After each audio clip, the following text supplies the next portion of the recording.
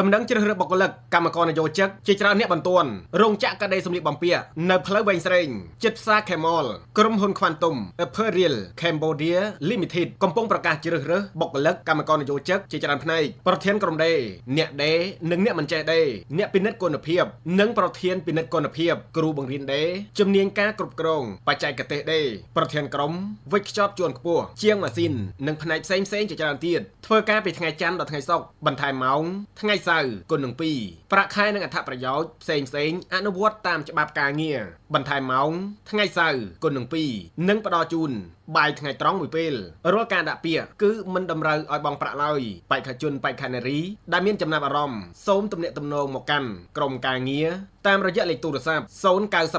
536 828 071 329